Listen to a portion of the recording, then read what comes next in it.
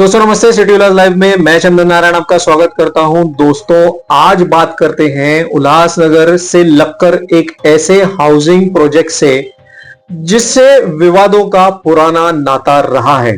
दोस्तों कभी वहां कब्रिस्तान होने की बात काफी सुर्खियों में रही, तो कभी उस जमीन को किसानों की जमीन या उनसे औने पौने दामों में ली हुई जमीन के आरोप लगाए गए।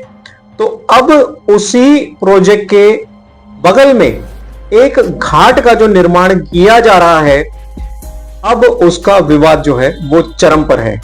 जी हां दोस्तों, सेंचुरी कंपनी की गेट के बिल्कुल सामने रीजेंसी एंटीलिया, जो कि रीजेंसी ग्रुप द्वारा काफी साल पहले बनाया गया है और आज भी वहां बहुत बड़े लेवल पर कंस्ट्रक्शन चल रही है।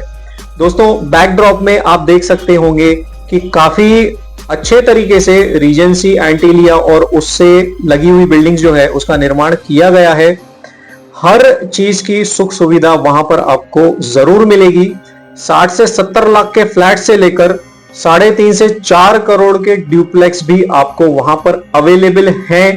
पर क्यों हमेशा रीजेंसी एंटीलिया विवादों से घिरा ही रहता है? और अब जो विवाद इस प्रोजेक्ट के बगल में उल्हास नदी को लेकर चल रहा है, वह एक पर्यटन स्थल और घाट के निर्माण के ऊपर विवाद आ चुका है।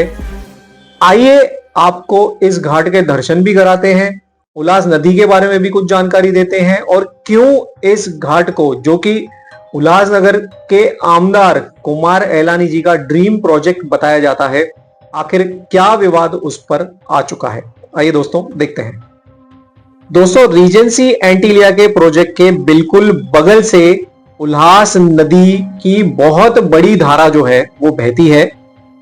दोस्तों आप देख सकते हैं कि रीजेंसी एंटीलिया और उल्हास नदी के बीच में यह जो निर्माण कार्य चल रहा है, वह स्टेट पीडब्ल्यूडी के 7 करोड़ को सैंक्शन करवाकर एक पर्यटन स्थल और घाट का निर्माण किया जा रहा है, जिसमें बहुत बड़ा हाथ हमारे उल्लासनगर शहर के कुमार एलानी जी, जो कि आमदार हैं, उनका ड्रीम प्रोजेक्ट इसे कहकर इसे क्रियान्वित किया जा रहा है।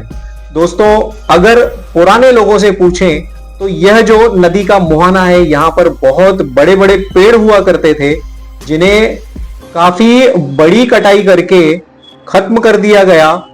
और आमदार जी का उस पर यह तर्क है कि हमने 200 से ज्यादा पेड़ लगाए हैं वहां पर, ताकि हम कटे हुए पेड़ों की भरपाई कर सकें। तो दोस्तों आप यह वीडियोस में पूरे तरीके से देख सकते हैं कि 200 पेड़ कहां लगे हैं, किस हिसाब से लगे हैं, उन पेड़ों को कब लगाया गया है और यहां अब ग्रीन पैच जो है वह कितना बचा हुआ है। हाँ, सीमेंटीकरण का बहुत बड़ा काम आपको दिखाई देगा। एक बहुत बड़ी जो दीवार जो है वह भी दिखाई देगी। यानी मोटा मोटी आप देख सकते हैं कि 60 से 70 फीट तक की जो नदी है उसे बहुत बड़े लेवल तक खत्म किया गया है और नदी के मुहाने के अंदर जाकर मट्टी भरकर कॉन्क्रीटाइजेशन को अंजाम दिया गया है।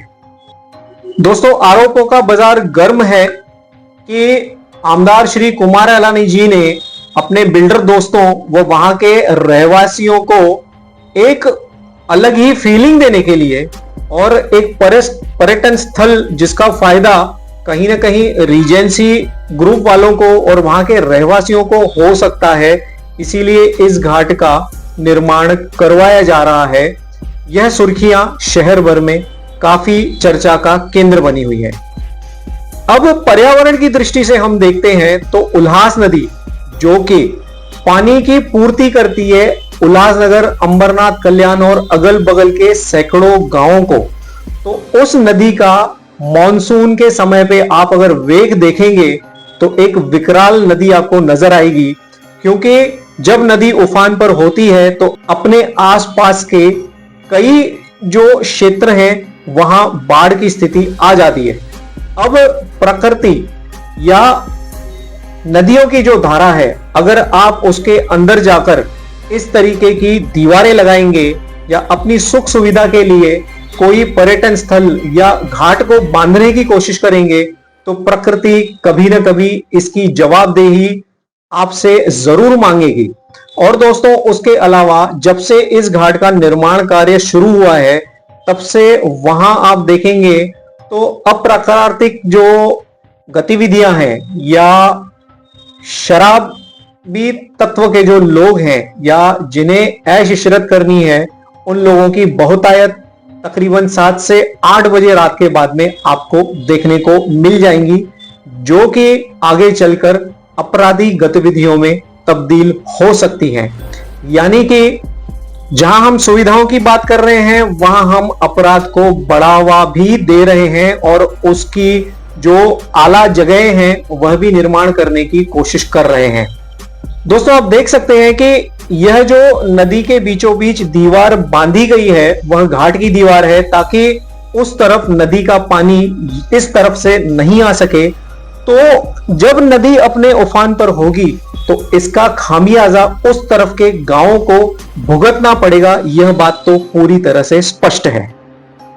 दोस्तों इसी बात के चलते उल्लासनगर की मशहूर पर्यावरणविद एडवोकेट सरिता खानचंदानी जी ने कुछ साल पहले से ही इस घाट की खिलाफत शुरू की, जिसका यश उन्हें आज मिला, क्योंकि थाने के पाट बंधारे विभाग जो कि कलवा में स्थित है उनकी तरफ से उल्लासनगर की मनपा आयुक्त को एक लेटर आ चुका है कि विद इमीडिएट इफेक्ट इस इलीगल कंस्ट्रक्शन को और उल्लास नदी के रिवर बैंक के कॉन्क्रीटाइजेशन को तुरंत रोका जाए।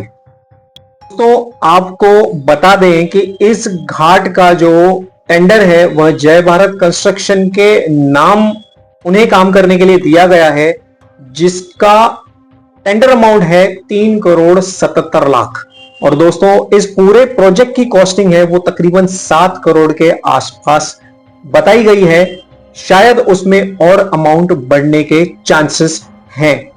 दोस्तों इस अमाउंट में से तकरीबन 3 से 3.5 करोड़ का खर्चा अब तक किया जा चुका है और अब पर्यावरण को क्षति पहुंचाने की वजह से थाने कलवा के पट बंधारे विभाग ने इस जो वर्क ऑर्डर को उस पर प्रश्न चिन्ह लगाया है और इस कंस्ट्रक्शन को तुरंत में बंद करने का आदेश भी जारी किया है। अब सूत्रों के हवाले से यह बात पता चली है कि जिस विभाग जो कि स्टेट गवर्नमेंट का विभाग है उन्होंने इस कंस्ट्रक्शन पर रोक लगाई हुई है, तो महानगर पालिका आयुक्त ने पत्र व्यवहार करके उसी विभाग से हस्तक्षेप कर इस काम की बंदी और इस काम को कैंसिल करने के लिए आवेदन शायद कर दिया है। ऐसी जानकारी हमें सूत्रों से प्राप्त हुई है। दोस्तों अब जनता की गाड़ी कमाई का पैसा यानी कि 3 से 3.5 करोड़ रुपए इस कंस्ट्रक्शन के ऊपर लगाए जा चुके हैं। अब उसकी जिम्मेदारी कौन लेगा, इस पर भी प्रश्न चिन्ह खड़ा हो चुका है। दोस्तों पर्यावरण काफी जरूरी है आज के समय में।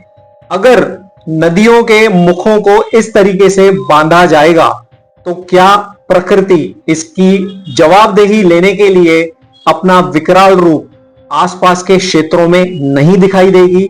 इसका अंदाजा आप खुद लगा सकते हैं। तो दोस्तों आपने एंटीलिया के बगल में बनाए जा रहे घाट की पूरी वास्तु स्थिति और उससे जुड़े विवाद को देख लिया। तो क्या इस घाट और पर्यटन स्थल को यह माना जाए कि आमदार श्री कुमार एलानी जी उस परिसर के लोगों के साथ जो उन्होंने वादे किए थे उसकी पूर्ति बहुत जल्दी करना चाहते हैं? क्या इसमें टीडीआर की कोई गफलत मौजूद है या फिर उल्लासनगर की हाल की जो परिस्थिति है जिसे हम बहुत ज्यादा गांव से भी बदतर माने जाएंगे, पर फिर भी वहां डेवलपमेंट ना करके जो ऑलरेडी डेवलप्ड एरिया यानी कि एंटीलिया का परिसर है उसे और ज्यादा डेवलप किया जा रहा है, तो इस बात को आप क्या कहेंगे? दोस्तों इस पूरे वीडियो में आप क्या राय अपनी रखेंगे, कृपया कमेंट्स के माध्यम से हमें जरूर बताएं। उल्लासनगर के कई सारे मुद्दों को देखने के लिए हमारे चैनल सिटी उल्लास लाइव के साथ जुड़े रहिए। धन्यवाद।